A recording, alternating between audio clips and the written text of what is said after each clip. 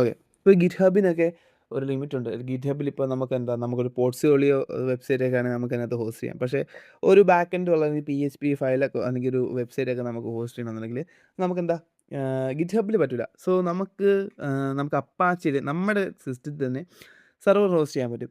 So നമ്മുടെ system അല്ലെങ്കിൽ full time നിങ്ങൾക്കൊരു നെറ്റ്വർക്കും കറണ്ടും കൊടുക്കാൻ പറ്റുമെന്നുണ്ടെങ്കിൽ നിങ്ങളുടെ സിസ്റ്റം നിങ്ങൾക്കൊരു സെർവർ ആക്കാൻ പറ്റും. നമ്മൾ ചെയ്യാൻ പോകുന്നത് ഒരു സെർവറിലേക്ക് നമ്മുടെ വെബ്സൈറ്റ് ഹോസ്റ്റ് ചെയ്യാൻ പോവാണ്.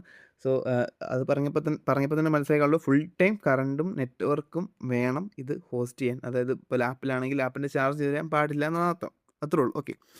എല്ലാ ടൂളും ഇൻസ്റ്റാൾ ചെയ്യുന്ന പോലെ സുഡോ apt ഇൻസ്റ്റാൾ അപ്പാച്ചി എന്നുള്ള കമാൻഡ് കൊടുത്ത് എൻ്റർ അടിക്കുക. അപ്പാച്ചി 2 എന്നുള്ള കമാൻഡ് എടുത്തിട്ട് എൻ്റർ അടിക്കുക. ഓക്കെ. ഇനി നമുക്കൊന്ന് സെർവർ സ്റ്റാർട്ട് ചെയ്യണം. അതിനായിട്ട് സുഡോ systemctl സ്റ്റാർട്ട് അപ്പാച്ചി എന്നുള്ള കമാൻഡ് കൊടുത്ത് അപ്പാച്ചി 2 എന്നുള്ള കമാൻഡ് കൊടുത്തിട്ട് എൻ്റർ അടിക്കുക. ഇനി എനേബിൾ ചെയ്യാൻ വേണ്ടി